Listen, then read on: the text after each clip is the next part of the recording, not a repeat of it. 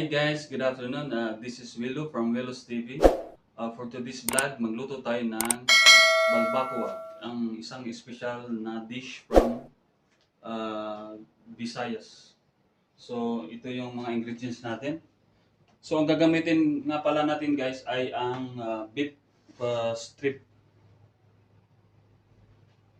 Kasi wala tayong yung anit ng baka. So, ang gagamitin natin, beef strip.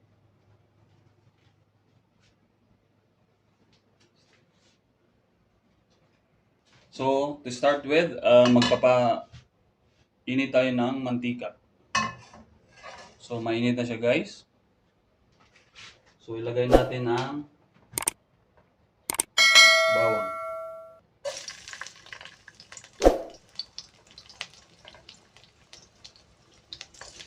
Then, isunod natin yung luya.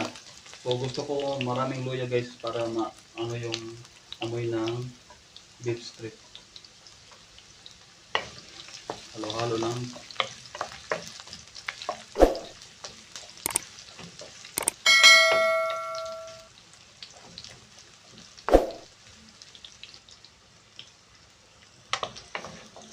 So, pang mag-brown na siya to guys, isunod natin yung sibuyas. So, konti ito. Next guys is yung sibuyas na.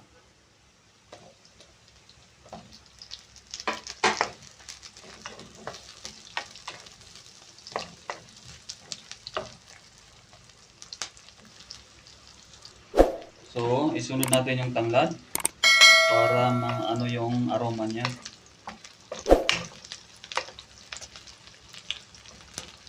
Then, isunod natin yung beef strip na pinakuloan natin kanina ng 2 oras. So, ito siya guys, malinis na to. Malinis at malambot na. So, gisahin na natin guys.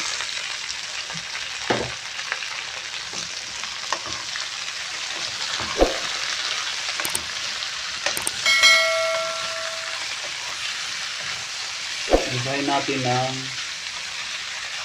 mga 30 seconds lang.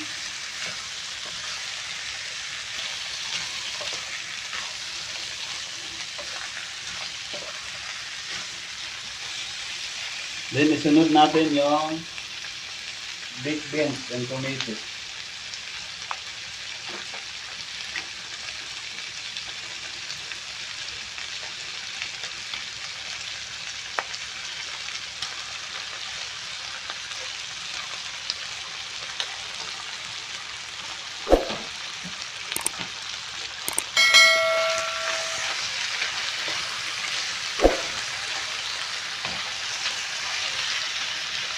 Tapos, lagyan natin ng mainit na tubig.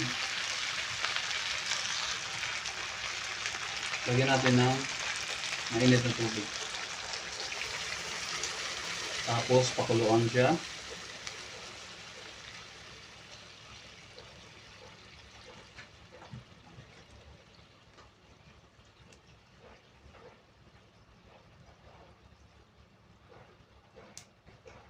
Then, timplahan na natin guys ng black pepper. Then, salt. Ang salt pala guys, according sa sa pang-alat nyo.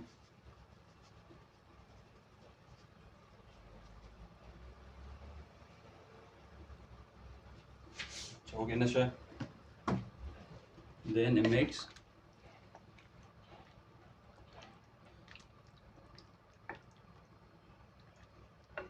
Pakuluin siya guys. Then, takpan.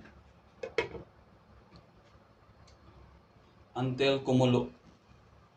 Siguro mga 10 minutes ganyan.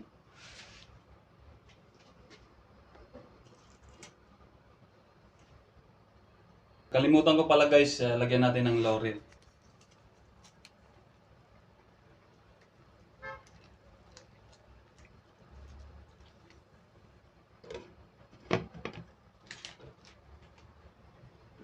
Tsaka guys, lagyan na natin ng atswete.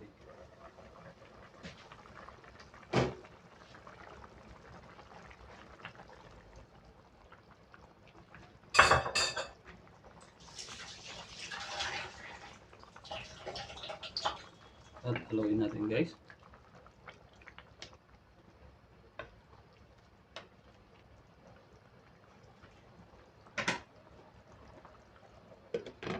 So guys, lagyan natin ng ng patis kasi mukhang matabang.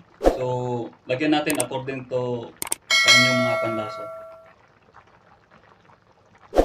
So sa akin, kailangan ko ng konting patis.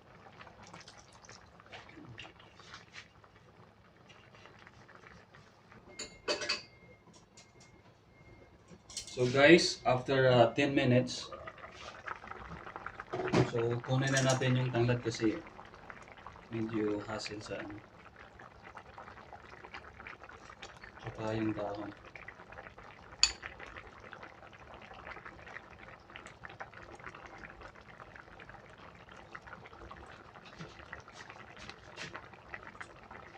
Then, isunod natin guys yung bell pepper, red bell pepper.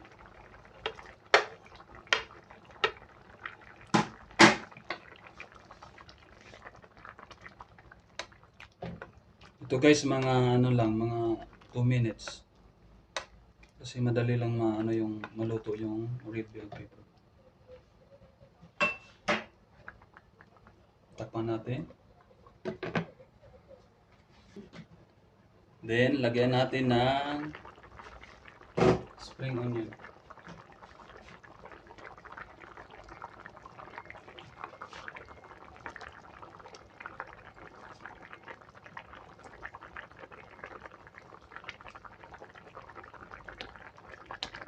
Yan na siya guys, ready to serve na.